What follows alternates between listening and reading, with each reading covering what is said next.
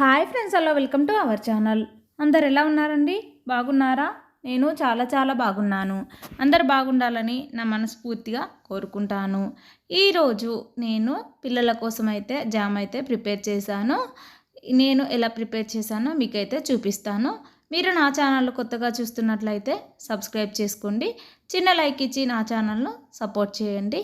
ఇక్కడైతే ఈరోజు apple jam అయితే ప్రిపేర్ చేస్తున్నాను. ఇక్కడ ఒక 4 యాపిల్స్ అయితే తీసుకున్నాను. ఇవి అయితే హాఫ్ కేజీ ఉంటాయండి. ఇక్కడైతే ఒక మీడియం సైజు బీట్రూట్ అయితే తీసుకున్నాను. బీట్రూట్ అనేది కలర్ కోసం మాత్రమే తీసుకున్నానండి. మనం ఎలాంటి ఫుడ్ కలర్ వాడకుండా ఇలా బీట్రూట్ వాడుకుంటే సరిపోతుందండి. పిల్లలకు కూడా కొంచెం హెల్తీగా ఉంటుంది కదా అని ఇలా నేనైతే ఈరోజు బీట్రూట్ తీసుకున్నాను. ఇక్కడైతే బీట్రూట్ని అయితే తొక్క పీల్చేసుకొని ఇలా మంచిగా చిన్న చిన్న ముక్కల్లాగా కట్ చేసుకోవాలి. అలాగే ఆపిల్స్ని కూడా ఇలా కట్ చేసి సీడ్స్ అన్నీ ఇలా తీసేసుకోవాలండి. తీసిన తర్వాత వీటిని కూడా చిన్న చిన్న ముక్కల్లాగా కట్ చేసుకొని ఒక బౌల్లోకి తీసుకోవాలి. నేనైతే పిల్లల కోసం అయితే అన్నీ ఇంట్లోనే ప్రిపేర్ చేస్తానండి. ఎక్కువ శాతం ఇంట్లో ఉండే వస్తువులతోనే పిల్లలకైతే ఇలా ప్రిపేర్ చేసి పెడతానండి. ఈరోజైతే ఆపిల్ జామ్ చేద్దామని ఇలా ముక్కలన్నీ కట్ చేసుకున్నాను.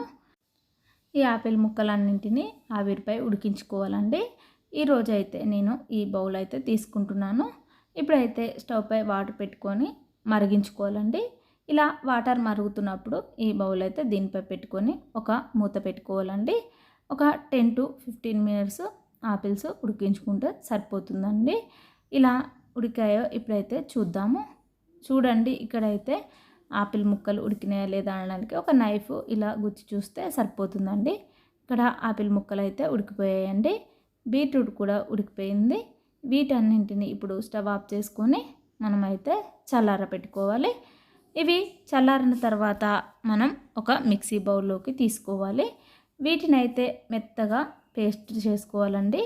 చూడండి, ఇక్కడైతే ఇలా పేస్ట్ చేసుకున్నాం కదా. చేసిన తర్వాత వీటిని అయితే మనం స్టెయినర్ సహాయంతో ఇలా ఇప్పుడైతే మనం పేస్ట్ని అయితే వడకట్టుకుందాం. చూడండి, ఇప్పుడు ఇలా కొంచెం వాటర్ లాగా ఉన్నాయి కదా. మనం జాము ఉడికించుకునేటప్పుడు అయితే ఇదైతే దగ్గర పడుతుందండి.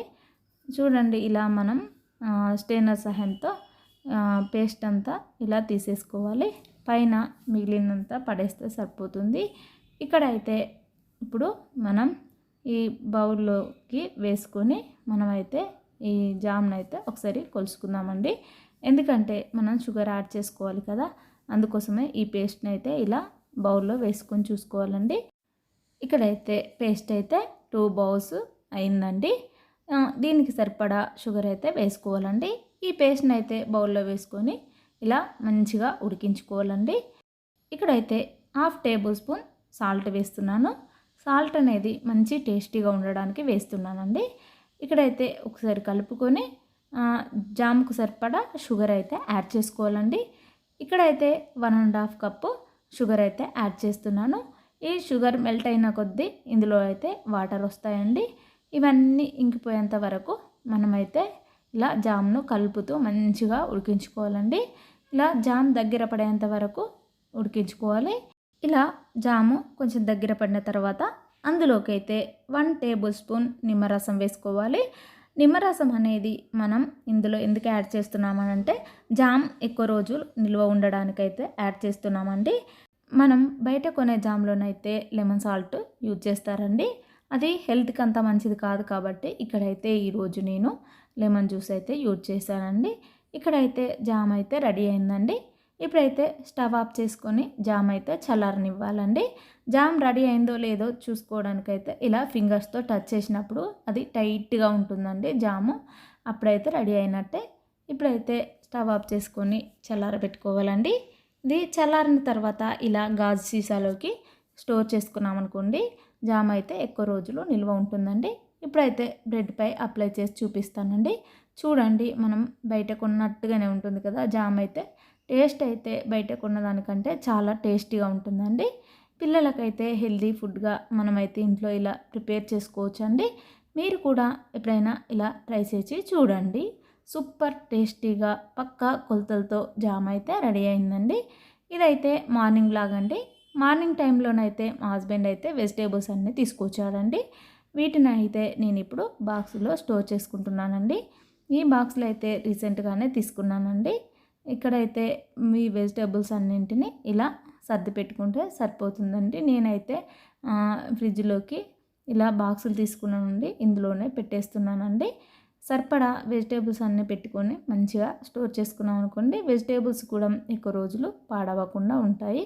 అందుకోసమనే నేను ఇలా బాక్సులు అయితే తీసుకున్నానండి.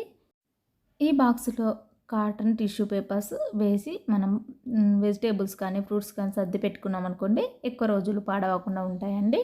నాకైతే ఈరోజు అయిపోయాయి, అందుకోసమనే ఇలా నేను మామూలుగానే సర్దేసుకుంటున్నానండి.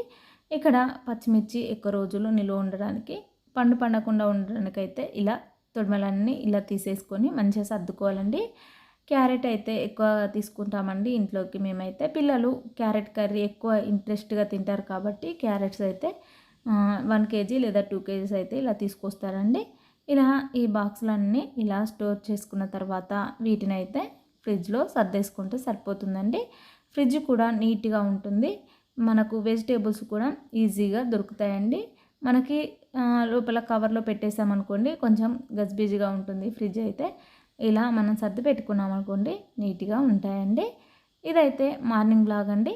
మార్నింగ్ టైంలోనైతే నేను దోశ మరియు టమాటా చట్నీ అయితే ప్రిపేర్ చేశానండి. ఈరోజు పిల్లలకైతే దోశ ప్రిపేర్ చేసి ఇచ్చాను. ఇక్కడైతే టమాటాలు అయితే మగ్గిపోయాయండి. ఇప్పుడైతే వాటిని అయితే మంచిగా ఒకసారి కలుపుకుందాం. కలిపిన తర్వాత స్టవ్ ఆఫ్ చేసుకుంటే సరిపోతుందండి. ఇక్కడ టమాటాలు చల్లారేలోపు అయితే ఈరోజు పిల్లల కోసం అయితే దోశ వేస్తున్నానండి. దోశ పెనం అయితే కొంచెం పాడైపోయింది, దానికైతే ఇలా ఆయిల్ అప్లై చేసుకొని ఒక ఆనియన్తో రుద్దుతున్నానండి. ఎందుకంటే దోశలు మంచిగా ఈజీగా పర్ఫెక్ట్గా వస్తాయండి. ఇలా దోశ పెనం పాడైనప్పుడైతే నేనైతే ఇలానే చేస్తానండి. మీరు కూడా ఎప్పుడైనా ఇలా ట్రై చేసి చూడండి. ఇక్కడైతే దోశ వేయడం కంప్లీట్ అయిందండి. ఇవైతే పిల్లలకు వడ్డిస్తే పిల్లలైతే తినేసి స్కూల్కి అయితే వెళ్ళిపోతారండి. ఈలోపైతే చట్నీని అయితే రెడీ చేసుకుందామండి. ముందుగానే టమాటాలు, పండుమిర్చి, వెల్లుల్లి రెబ్బలు, జీలకర్ర, కరివేపాకు, కొత్తిమీర ఇవన్నీ వేసుకొని మగ్గించి పెట్టేసుకున్నానండి. ఇవైతే ఇప్పుడు మిక్సీ పట్టుకుంటే సరిపోతుంది. ఇక్కడ దోశలు రెడీ అయ్యే లోపైతే చట్నీ అయితే రెడీ అయిందండి. ఇంతటితో ఈ వీడియో కంప్లీట్ అయింది. మీకు నా వీడియో నచ్చిందనే అనుకుంటున్నాను. మీకు నా ఛానల్ నచ్చినట్లయితే లైక్ చేయండి, కామెంట్ చేయండి, సబ్స్క్రైబ్ చేయండి.